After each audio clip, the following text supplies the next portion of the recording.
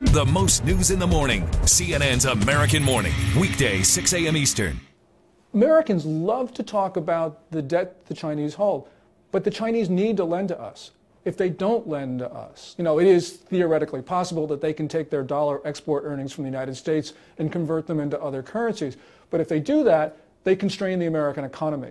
If they constrain the American economy, it means that American consumers cannot buy Chinese goods.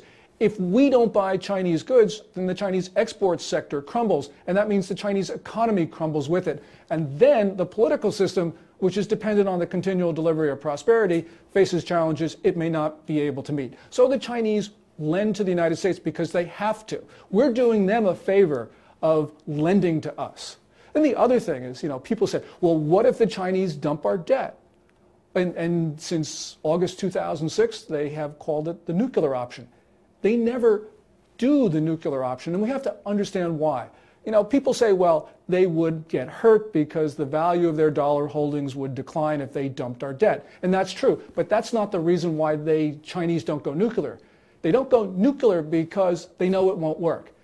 If they sell our treasury obligations, they get dollars. And if they're doing that to hurt us, they've got to convert those dollars into other currencies, which as a practical matter means euros, pounds, and yen.